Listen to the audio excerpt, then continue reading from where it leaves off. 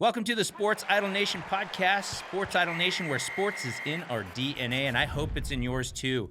We've got a great show for you today with the predictions. Be about 5 minutes, maybe a little bit longer, but we're going to talk about the Beavers hosting the Washington Huskies and other contenders for the college football playoff berths coming up. We're going to dive right in, and I'm going to cover a couple really quick ones here. That's Florida State and Alabama with virtual bye weeks.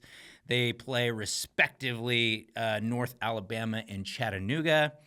No score predictions on these. This is one that should just be tune-up games for the Seminoles heading to the Swamp and Alabama to Jordan-Hare for the Iron Bowl. So no predictions on those. Both those teams will win big and have some pretty big matchups on rivalry week. All right, the next matchup, Ohio State and Minnesota. This is senior night in Columbus, and I am quite certain that PJ Fleck and the Golden Gophers would love nothing more than to row the boat in the shoe. However, I think the only thing that they're going to be rowing is up Schitt's Creek because Jim Knowles has that defense playing like a python.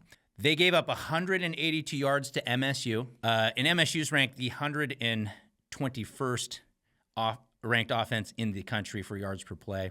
Minnesota's 118th. I don't think they're going to fare any better on senior night, like I said, in Columbus. I think the defense is going to choke them out. I think the Buckeyes are going to run roughshod and do whatever they want.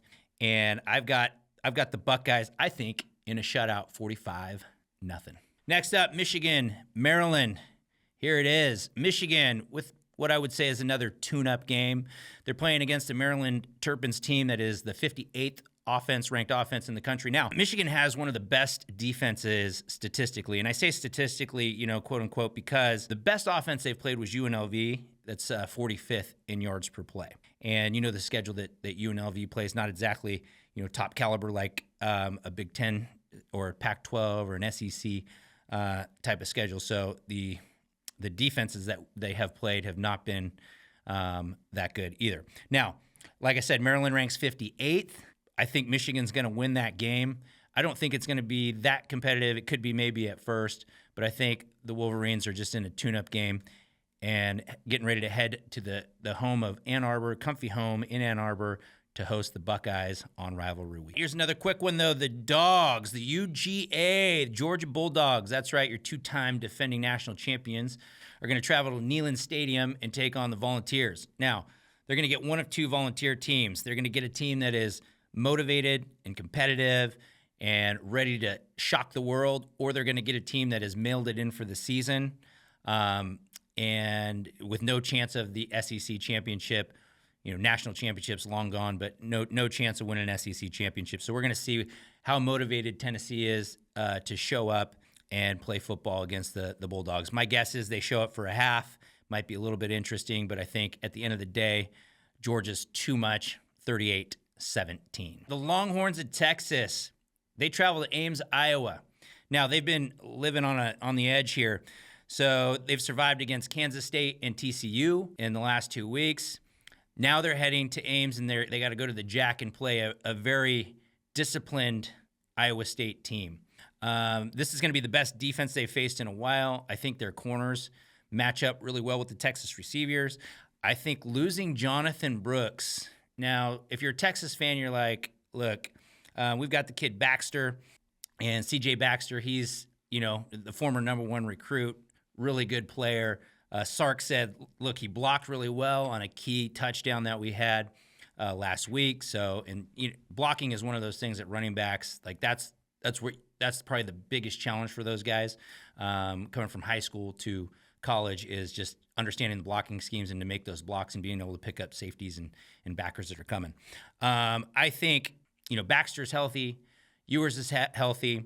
The Longhorns probably get it done, but it's going to be a really close one. I've got like 27-24 Texas on the road. So I think they squeak out another one. Now, I won't be surprised if Iowa State wins this football game. I'm just going to go ahead and say that. I won't be surprised with how the Longhorns have been playing. I won't be surprised if Iowa State shuts down the run game, makes them one-dimensional. And because Iowa State is good enough on defense, if they cause a couple turnovers, that game, look out, Longhorns. So anyway, but I have the Longhorns prevailing 27-24. we've got Louisville in Miami. They traveled to Miami to play the Hurricanes, who just came off a heartbreaker to Florida State. Now, if you watch that game, there was and I talked about this on the last show, there was a pretty egregious call that really went against Miami, and that was a safety that was an obvious safety, and it wasn't called. And that would have given them the lead likely at halftime. Just all sorts of bad there. Mario Cristobal's been close. He's almost over the hump. Louisville looked just not very good for most of the game last week. I think maybe that could have been a wake-up call for them. They woke up, in the fourth quarter, really against Virginia, and hopefully that was enough for them. But I don't think that they're going to get it done. I think that Miami is going to pull off the upset, 28-24. Oregon plays ASU. They're down in the desert in Tempe, and this is Dan Lanning against his former OC, Kenny Dillingham. Dillingham is a wizard. I mean, there's no doubt about that. One of the best play callers in all of college football. They just pulled off the upset against UCLA. They went to Washington in Seattle and gave the Huskies all they could handle. I think that if you know the history, if you don't know the history, you just have to look no further than 2019, where Justin Herbert was the quarterback, Mario Cristobal was the coach. The Ducks traveled down to the desert, and Jaden Daniels, that's right, the current LSU quarterback, ended up getting the better of Justin Herbert, and they pulled off the upset. And so the Ducks laid an egg down there in the desert. It's happened a handful of times throughout history in the desert to either Arizona State or Arizona. So I'm sure Duck fans are on upset alert. That being said, I don't think there's any chance of an upset here. I think Oregon has different goals. They're a different team under Dan Lanning. They're very focused. I don't think that they were satisfied with the game that they played last week. It was sloppy against USC, even though they won, and it wasn't really in doubt. I think it was sloppy, and I think if they're truly playing against themselves, that's been one of their mantras, then I would say look out, Sun Devils, because I think it's going to be about a 46-13 Oregon win. Now, our game of the week, the Washington Huskies travel to Corvallis, Oregon to take on the Beavers. I know what you're thinking, right? The Beavers, oh, they're not very good. Some of it, they're not a traditional power. The Beavers are a very good football team. As a matter of fact, they're 6 points away from having a chance to be undefeated this year. They lost by 3 on the road at Wazoo. Now that loss doesn't look nearly as good right now, but I understand that. But then also at Arizona, they lost by a field goal as well in a game where they went for an inexplicable fake field goal from like 20 yards out. So that was a tough one, and I'm sure they'd love to have that back. But they host the Huskies. And Oregon State, what's really interesting about this is Oregon State's, when they're at home, they are the number 15 defense in the country. Now, Washington on the road is the number 1 offense in the country. So you've got strength on strength right there. Now, here's where I think the difference is. OSU ranks number 8 offensively in the country at home, and Washington ranks number 61 on defense on the road.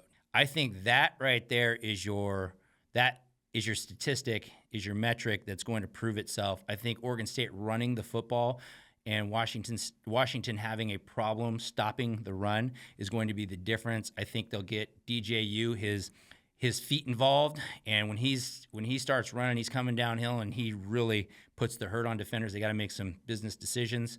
I think that on senior night in Corvallis is going to be too much for the Huskies to handle. Penix is incredible, though. So I need to say this, though.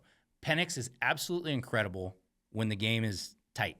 He's absolutely incredible. Reminds me of how Cam Newton was when the game was online. He just is kind of a gamer. The Washington defense they're gamers. They have made plays whenever they have needed to. I've seen other defenses like this. I've seen other offenses like this. At some point, the check comes due.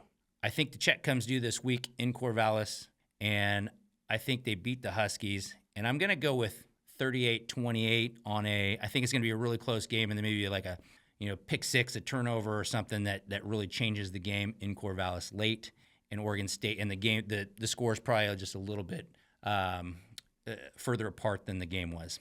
So anyways, I've got the Beavers 38-20 in a cold night thriller in Corvallis. Everyone, that's it. That's all I got for today. Hopefully you enjoy those predictions. Leave a comment below. Let us know what you think. Agree, disagree. We love to just have good conversation here. Go ahead and subscribe to the podcast right here on Apple or Spotify. We'll see you on the next show Sunday after all of the action on Saturday. Until then, I'm Josh Rodriguez for Sports Idol Nation. Sports is in our DNA, and I hope it's in yours too.